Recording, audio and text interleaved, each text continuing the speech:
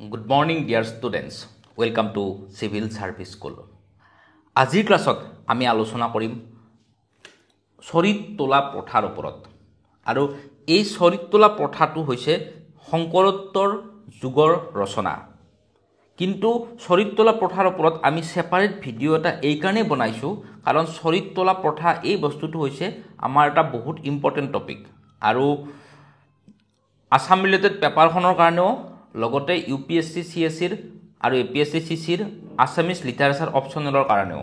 গতিকে শংকৰোত্তৰ যুগৰ অন্যান্য ৰচনাসমূহ যেনেকৈ বুৰঞ্জী, কাব্য, গদ্য এইবিলাকৰ ওপৰত আমি পৃথককৈ আলোচনা কৰিলেও আজি চৰিত তোলা প্ৰথাৰ ওপৰত আমি আলোচনা কৰিম। আৰু তাৰে আগতে কেইটামান সাধাৰণ জ্ঞানৰ প্ৰশ্ন যিকেইটা আমাৰ অধ্যয়নত প্ৰয়োজন তাৰ ভিতৰত এটা হৈছে নান্দী শ্লোক। আৰু এই নান্দী শ্লোকসমূহ হৈছে অংকীয়া নাটৰ বৈশিষ্ট্য। অংকীয়া নাটত ৰামকৃষ্ণৰ প্ৰশস্তি বা গীত ভটিমাৰ যোগেদি ঈশ্বৰৰ গুণানুকীৰ্তন কৰা শ্লোক এইসমূহ। আৰু এইসমূহ হৈছে সংস্কৃত শ্লোক। অংকীয়া নাটৰ কিছুমান লক্ষণ আছে, সেই লক্ষণসমূহৰ ওপৰত আমি পিছলৈ পঢ়িম। যোৱাবাৰ এপিএসসিৰ আসাম ৰিলেটেড পেপাৰখনত প্ৰশ্ন আহিছিলে বুৰঞ্জী গদ্যৰ লক্ষণসমূহৰ ওপৰত। সো এইবাৰ অংকীয়া নাটো আহিব পাৰে বা চৰিত পুথিৰ গদ্যৰ ওপৰতো প্ৰশ্ন আহিব পাৰে। চৰিত পুথিৰ গদ্যৰ ওপৰত প্ৰশ্ন এইবাৰ ইউপিএসসি সিএসসিৰ 2022ৰ আসামিজ লিটাৰেচাৰ অপচনেলত প্ৰশ্ন আহিছে। এইসমূহ সংস্কৃত শ্লোক। অংকীয়া নাটত যিকোনো চৰিত্ৰ এটাই নাটকত আৰম্ভণি কৰাৰ সময়তেই নাটকত উপস্থিতি দেখুৱাৰ সময়তেই নান্দী শ্লোকৰ যোগেদি সেই চৰিত্ৰটোৰ ওপৰত বৰ্ণনা কৰা হয় আৰু এইবিলাকেই নান্দী শ্লোক। তাৰোপৰি আৰু এটা কনসেপ্ট হৈছে মুক্তি মংগল ভটিমা। এইটো কি বস্তু? আমি অলৰেডি চাৰিটা ভটিমাৰ কথা জানো। এটা হৈছে নাট ভটিমা, যিটো নাটৰ আৰম্ভণিতেই গোৱা হয়। দেৱ ভটিমা দেৱতাৰ গুণানুকীৰ্তন কৰি, অৰ্থাৎ ভগৱান শ্ৰীকৃষ্ণৰ গুণানুকীৰ্তন কৰি ৰচিত ভটিমাবিলাক দেৱ ভটিমা। ৰাজ ভটিমা, যিটো ৰজাৰ পৃষ্ঠপোষকতা, যি ৰজাৰ পৃষ্ঠপোষকতা পাইছিলে সেই ৰজাৰ গুণানুকীৰ্তন কৰি এই ভটিমাবিলাক গোৱা হৈছিলে, প্ৰধানকৈ মহাৰাজ নৰনাৰায়ণৰ গুণানুকীৰ্তন কৰি। আৰু মাধৱদেৱে প্ৰৱৰ্তন কৰা এটা ভটিমা হৈছে গুৰু ভটিমা, য'ত শ্ৰীমন্ত শংকৰদেৱৰ গুণানুকীৰ্তন কৰিছিলে। আৰু এই মুক্তিমংগল ভটিমাটো অংকীয়া নাটত প্ৰৱৰ্তন কৰা হয়। অংকীয়া নাটৰ শেষত ভৱ সংসাৰ তৰণৰ উপদেশেৰে এইবিধ ভটিমা প্ৰয়োগ কৰা হয়। অৰ্থাৎ সংসাৰৰ পৰা মুক্তি লাভৰ কাৰণে তথা এই সংসাৰৰ মংগল কামনাৰ্থে এইবিধ ভটিমা প্ৰয়োগ কৰা হয়। অৰ্থাৎ সংসাৰৰ পৰা মুক্তি আৰু লগতে এই পৃথিৱীৰ মংগল কামনাৰ্থে এইবিধ ভটিমা ৰচিত হয় আৰু সেইকাৰণে মুক্তি মংগল ভটিমা, যিটো অংকীয়া নাটৰ এটা প্ৰধান বৈশিষ্ট্য। অংকীয়া নাটৰ ওপৰত আমি ডিটেইলছত পিছলৈ আলোচনা কৰিম। এইটো এটা জিকেৰ কুৱেশ্যন টাইপ যে অংকীয়া নাট শব্দৰ পোনপ্ৰথম ব্যৱহাৰ দেখিবলৈ পোৱা যায় দৈতাৰী ঠাকুৰ আৰু ৰামচৰণ ঠাকুৰৰ চৰিত পুথিত। দৈতাৰী ঠাকুৰ আৰু ৰামচৰণ ঠাকুৰে চৰিত পুথি ৰচনা কৰিছিল, তাতেই অংকীয়া নাট শব্দটো পোৱা যায়। বৈষ্ণৱ ধৰ্মৰ, বৈষ্ণৱ যুগৰ যিখিনি বুৰঞ্জী আজি আমাৰ হাতত আছে, সেই বুৰঞ্জীখিনি প্ৰধানকৈ চৰিত পুথিসমূহৰ পৰাই আমি গ্ৰহণ কৰিছোঁ। শংকৰদেৱৰ শৈশৱ, যৌৱন, বাল্যকাল বা তেখেতৰ প্ৰৌঢ়কালত কি কি ঘটনা ঘটিছিলে, মাধৱদেৱৰ ঘটনাসমূহ, শংকৰদেৱে ভাদমহীয়া ব্ৰহ্মপুত্ৰ পাৰ হৈছিলে, শংকৰদেৱ স্কুললৈ যোৱা নাছিলে, মহেন্দ্ৰ কন্দলীৰ স্কুলত নাম লগাই দিয়ে। এই গোটেইবোৰ ঘটনা প্ৰধানকৈ আমি আজি যি জানো এইখিনি গুৰুচৰিত কথাৰ পৰাই আমি জানো। এই চৰিত তোলা প্ৰথাৰ পৰাই আমি জানো। এতিয়া আহিলে চৰিত সাহিত্য। আপোনালোকে যেতিয়া মোৰ জীৱন সোঁৱৰণখন পঢ়িব, তাত আপোনালোকে দেখিব যে লক্ষ্মীনাথ বেজবৰুৱাদেৱৰ দেউতাকে, তেখেতৰ দেউতাকেও পুৱা গধূলি চৰিত পুথি নামঘৰত গৈ চৰিত পুথি পাঠ কৰিছিল। অৰ্থাৎ সেই সময়তো অসমীয়া ঘৰবিলাকত শংকৰদেৱ, মাধৱদেৱ এওঁলোকৰ চৰিত পুথিসমূহ গোৱাৰ নিয়ম প্ৰৱৰ্তন আছিল। চৰিত সাহিত্য মানে কি যে অসমীয়া সাহিত্যৰ শংকৰোত্তৰ যুগৰ এটি বিশিষ্ট দান হ'ল চৰিত পুথিসমূহ। বৈষ্ণৱ সত্ৰবোৰত ৰচিত চৰিত পুথিসমূহে অসমীয়া জাতীয় জীৱনৰ চিত্ৰ দাঙি ধৰাৰ লগতে অসমীয়া গদ্য সাহিত্যলৈও প্ৰভূত সমল আগবঢ়াইছে। অসমীয়া গদ্যৰ নিদৰ্শন বুলি ক'লে আমি পৰীক্ষাত প্ৰশ্ন এটা আহে যে অসমীয়া গদ্যৰ ক্ৰমবিকাশৰ ইতিহাস নিৰ্ণয় কৰা, আৰু তাত আমি অংকীয়া নাট, চৰিত পুথিৰ গদ্য, বুৰঞ্জীৰ গদ্য এইবিলাক লিখিব লাগিব। ভট্টদেৱৰ গদ্য এইখিনি ইম্পৰ্টেণ্ট। আৰু এই পুথিসমূহ হৈছে মহাপুৰুষ শংকৰদেৱ, মাধৱদেৱ আৰু আন আন বৈষ্ণৱ ধৰ্ম প্ৰচাৰকসকলৰ জীৱনীমূলক গ্ৰন্থস্বৰূপ। মানে এইবিলাক জীৱনী, কিন্তু এইবিলাক অটোবায়োগ্ৰাফি নহয়। এই মহাপুৰুষসকলে নিজে লিখা নাছিলে, তেওঁলোকৰ শিষ্যসমূহে লিখিছিলে। গতিকে অটোবায়োগ্ৰাফি নহয়, কিন্তু জীৱনী। আৰু এই গ্ৰন্থসমূহৰ ৰচক হৈছে তেৰাশবৰ শিষ্য প্ৰশিষ্যসকল। শংকৰদেৱ, মাধৱদেৱ আদি মহাপুৰুষসকলৰ মৃত্যুৰ পিছত তেওঁলোকৰ কৰ্ম আৰু গুণাৱলী কীৰ্তন কৰাটো সত্ৰীয়া ভকতসকলৰ এটা প্ৰধান কৰ্তব্য হৈ পৰিছিল। আৰু এই ৰীতিটোকে চৰিত তোলা প্ৰথা বুলি জনা যায়।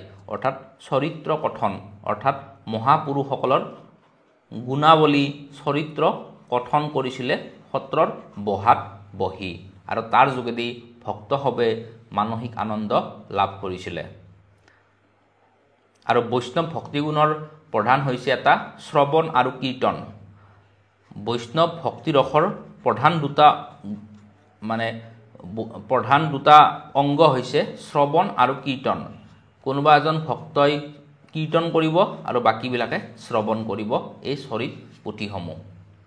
আৰু এই জীৱনীসমূহ পোনতে লিপিবদ্ধ হোৱা নাছিল, কিন্তু কিছুকাল বাগৰি যোৱাৰ পিছত কিছুমান শিষ্যই গুৰু পৰম্পৰা বাগৰি অহা কাহিনীবোৰ লিপিবদ্ধ কৰিলে। এই লিপিবদ্ধ কৰা গ্ৰন্থসমূহেই হ'ল চৰিত পুথি। প্ৰথমতেই আছিলে চৰিত্ৰ কথন, অৰ্থাৎ চৰিত তোলা প্ৰথা, মানে এইটো মুখে মুখে কোৱা হৈছিলে, প্ৰথমতে লিপিবদ্ধ হোৱা নাছিলে। আৰু তাৰ পিছত যেতিয়া লিপিবদ্ধ কৰা হ'ল সেইখিনিকে কোৱা হয় চৰিত পুথি। সাধাৰণতে প্ৰথমে ৰচা চৰিত পুথিবোৰ ছন্দত আৰু পৰৱৰ্তীবোৰ গদ্যত ৰচিত হয়। মানে অসমীয়া সাহিত্যত আমি গদ্যৰ আগতে ছন্দ অৰ্থাৎ কবিতা ৰচিত হোৱা দেখিবলৈ পাওঁ।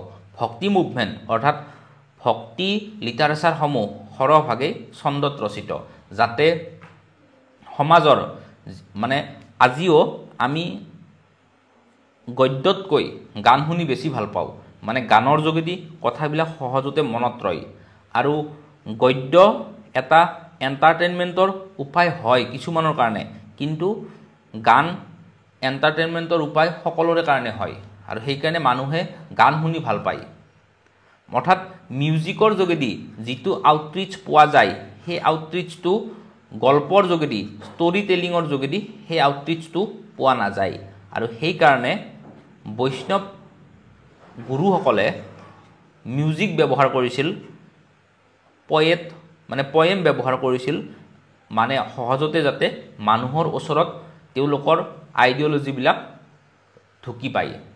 আৰু সেইকাৰণে প্ৰথম চৰিত পুথিবোৰ ছন্দত আৰু পৰৱৰ্তী কালত গদ্যত ৰচিত হয়। আৰু এতিয়ালৈ পোহৰলৈ অহা চৰিত পুথিৰ সংখ্যা 1.5 কোটিমান হ'ব। মানে অলমষ্ট 30খনমান চৰিত পুথি পোহৰলৈ আহিছে।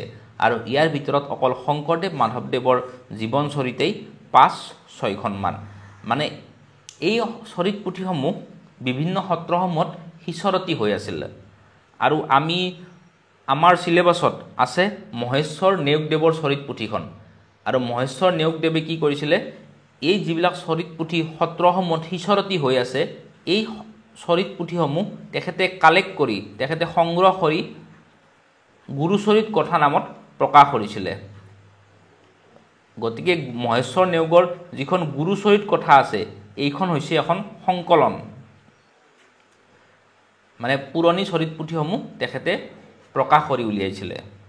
আৰু এই সকল লিখকে, ডক্টৰ মহেশ্বৰ নেওগ, বাণীকান্ত কাকতি, এইসকল লিখকে অসমীয়া ভাষাটোক মানে বোকাৰ পৰা তুলি আনি এখন চেয়াৰ দিছিলে, মানে এখন চকীত বহুৱাইছিলে।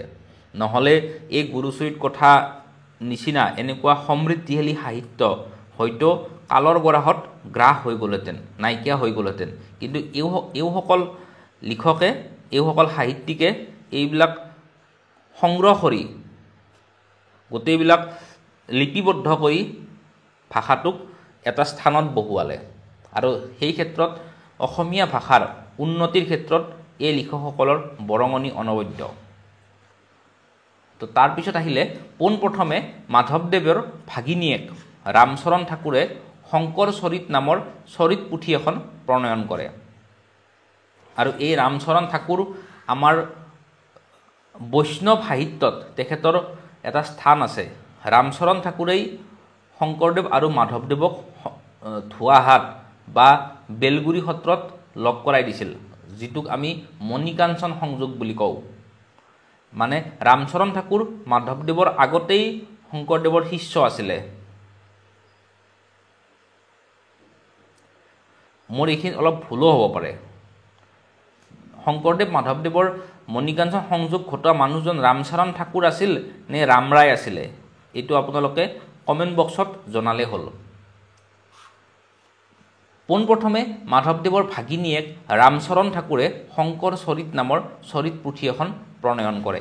গতিকে চৰিত পুথিৰ প্ৰথম প্ৰণয়ন কোনে কৰে? ৰামচৰণ ঠাকুৰে। আৰু চৰিত তোলা প্ৰথাটো আৰম্ভণি কোনে কৰে? চৰিত তোলা প্ৰথা আৰম্ভণি কৰা মানুহজন হৈছে মাধৱদেৱ।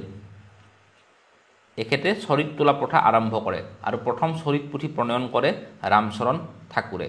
ৰামচৰণৰ পুতেক দৈতাৰী ঠাকুৰেও শংকৰদেৱ মাধৱদেৱ চৰিত্ৰ নামৰ চৰিত পুথি এখন প্ৰণয়ন কৰে। এইটো ইম্পৰ্টেণ্ট। ৰামচৰণ ঠাকুৰ আৰু মাধৱদেৱ এখেতে চৰিত তোলা প্ৰথা প্ৰণয়ন কৰে, এখেতে লিখি উলিয়ায় ৰামচৰণ ঠাকুৰেও।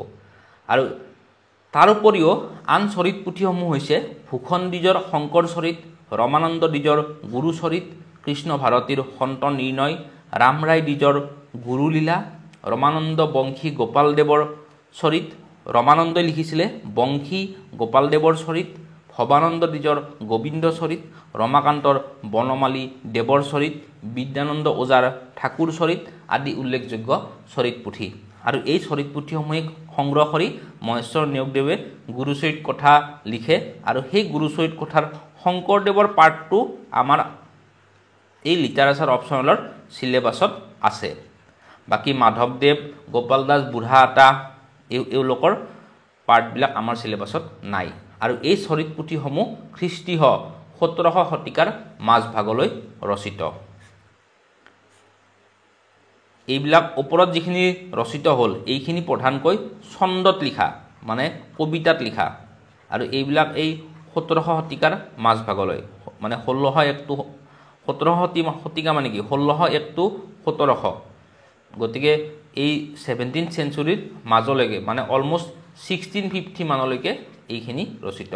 আৰু ইয়াৰ পৰৱৰ্তী অষ্টাদশ শতিকাত, মানে 1701 to 1800, এইটোক কোৱা হয় অষ্টাদশ শতিকা।